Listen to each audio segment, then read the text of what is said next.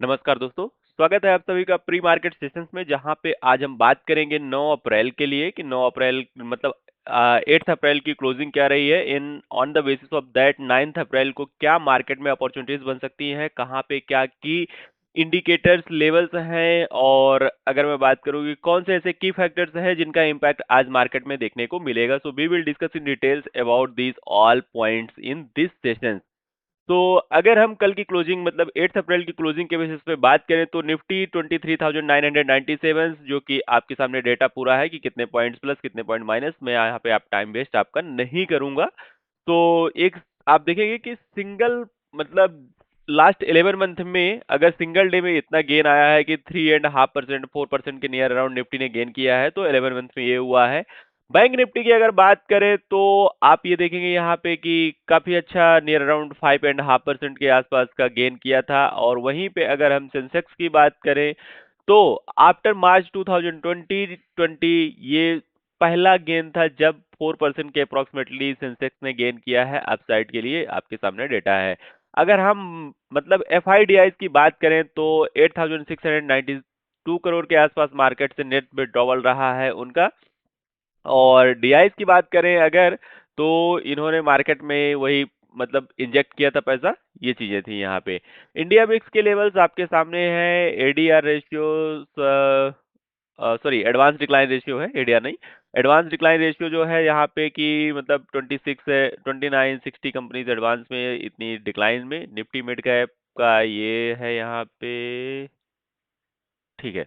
इसमें top gainers की अगर बात करें यहाँ पे छोटा सा कल के लिए तो श्रीराम फाइनेंस वगैरह ये डेटा आपके सामने है, इसको आप देख सकते हैं। जिनसे कोई ज्यादा लेन देन उनमें आपका टाइम वेस्ट नहीं करूंगा। ग्लोबल इंडेक्सेस की बात करें तो आज भी अभी बुलिश मार्केट बना हुआ है और सेंटिमेंट्स प्लस में है यहाँ पे।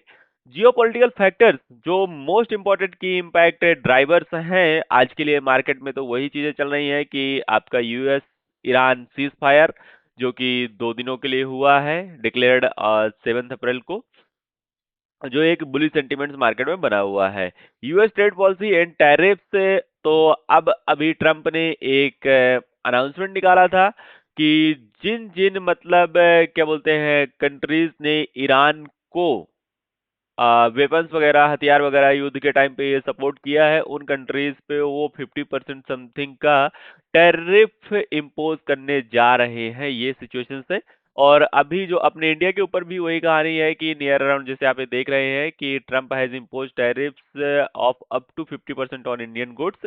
तो ये पूरा का पूरा जो मतलब अभी तक मार्च तक आपने देखा है कि सॉरी अकेले ही मार्च में 1,22,540 करोड़ समथिंग्स एफआई ने पैसा मार्केट से विड्रॉ किया है। ये सब चीजें हैं जो कि एक बेरिश सेंटीमेंट्स मार्केट में बना हुआ है। अभी फिर से ट्रम्प अब टैरिफ के अभी सीज वार में आया कि 2 दिन का मतलब 2 वीक का सीज वार करते हैं सीज फायर का, तो उसके बाद अब पूरा का पूरा टैरिफ वार में आ चुका है। रशिया यूक्रेन वार का जो है तो वो न्यूट्रल है, उसमें कोई इतना लोग भूल चुके हैं, 2 ढाई साल से चल रहा है इसमें।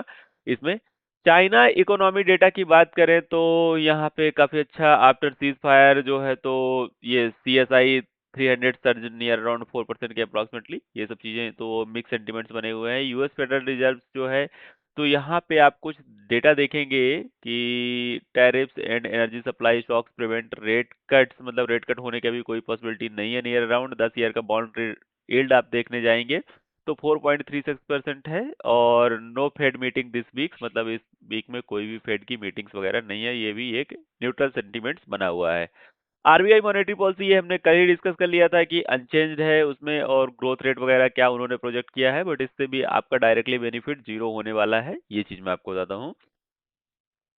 तो आज जो एक हाई टॉप न्यूज बनेगी आज के लिए वो ये है कि टीसीएस का Q4 का रिजल्ट है। यहाँ पे अगर आप देखेंगे ये तो टीसीएस Q4 का रिजल्ट है जिसमें कि थोड़ी एक मिक्स रेवेन्यू आने और ज्यादा ग्रोथ की चांसेस नहीं है, बट ओवरऑल देखते हैं कि क्या मार्केट रहता है, क्या चीज होती है इस हिसाब से। और वो भी शाम को 7 बजे आएगा, तो अभी इतना आपको परेशान होने की जरूरत नहीं है। और बस अभी तो हॉट न्यूज यहाँ पे यही है। निफ्टी की अगर रेंज आपसे बात करें आज के लिए कि क्या रेंज हो सकती है, क्या चीजें हैं, तो उसमें आपको मैं बताता हूँ यहाँ पे। तो आप ये देखेंगे कि मतलब प्रीवियस क्लोजिंग रही है इतना, और जो एक्सपेक्टेड जोन है 24,100 से लेके 24,200 तक का है, मतलब 100-200 पॉइंट प्लस में जाने की और पॉसिबिलिटी है। बैंक निफ्टी की अगर बात करें, यहीं से 200, 250, 300 पॉइंट और जा सकता है कि 56,000 से 56,500 तक। सेंसेक्स की अगर बात करें तो 500 से 1000 पॉइंट की रैली के बीच में है। अब यहाँ पे ओवरऑल देखिए, जो इसमें सेंटिमेंट्स बता रहे हैं कि नॉर्मल एक गैप अप की वजह से, लेकिन अभी अगर हम देखें यहाँ पे गिफ्ट निफ्टी को, तो गिफ्ट निफ्टी के देखने के बाद अपना सिनेरियो ये है अभी कि मोस्ट प्रोबेबली हो सकता है मार्केट थोड़ी बहुत गैप डाउन के साथ में ओपनिंग हो या फ्लैट ओपनिंग हो।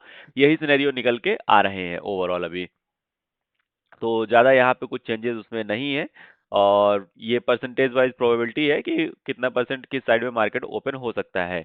की इम्पोर्टेंट जो आपका सप्लाई एंड डिमांड जोन्स है, अगर मैं बात करूं तो आपके सामने है साइकोलॉजिकली प्लस ब्रेकआउट लेवल्स जो है नियर अराउंड 24,000 का है, कि अगर 24,000 को ब्रेक करता है तो मार्केट 24,150 24,300 तक मार्केट यहाँ पे जा सकता है।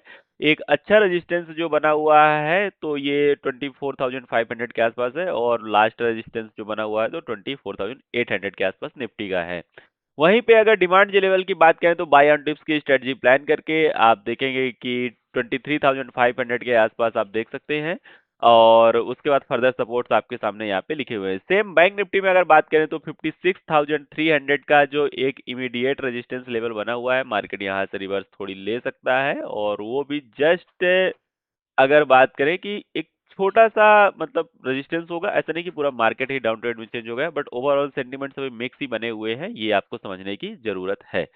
सेंसेक्स के लेवल्स की बात करें तो 77,500 77,700 के आसपास तो मार्केट कल क्लोज ही हुआ था, और हाई की बात करें तो 78,000 79,000 के आसपास एक हडल यहाँ पे बना हुआ है। Demand zone buy on dips की स्ट्रेटजीज के साथ में रहेगी, जो कि 77,000 75,500 तक यहाँ तक अच्छी बाइंग एरिया बनेंगे। निफ्टी के कुछ डेटा की बात करें कि अगर आरएसआई आप देखेंगे तो 58 टू 60 की रेंज में चल रहा है, जो कि एक बुलिश इंडिकेशन टेरिटरी है वहां पे।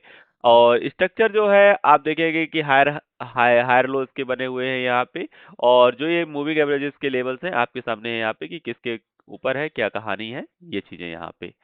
अब एक्सपेक्टेड रेंज एंड डायरेक्शंस की मैं आपसे पहले बात कर चुका हूँ कि क्या रेंज है, क्या चीजें हैं मार्केट में अभी यहाँ पे।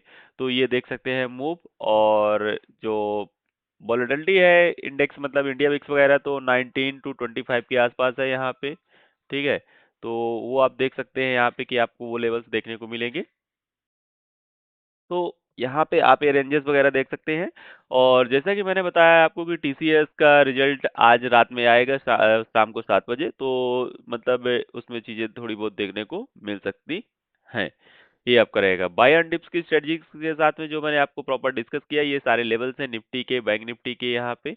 और सेल जो मतलब रिजल्ट्स में, और मोस्ट प्रोबेबली जो चांसेस हैं कि टीसीएस में आज आपको एक गैप डाउन ओपनिंग देखने को मिलेगी, और उसके बाद या तो फिर मार्केट आज नहीं तो कल के दिन में मार्केट गिरेगा, क्योंकि रिजल्ट्स वगैरह जो चीजें हैं जिस हिसाब से, तो कल के दिन में तो मोस्टली गैप डाउन देखने को इसमें मिल सकता है, ये चीज है।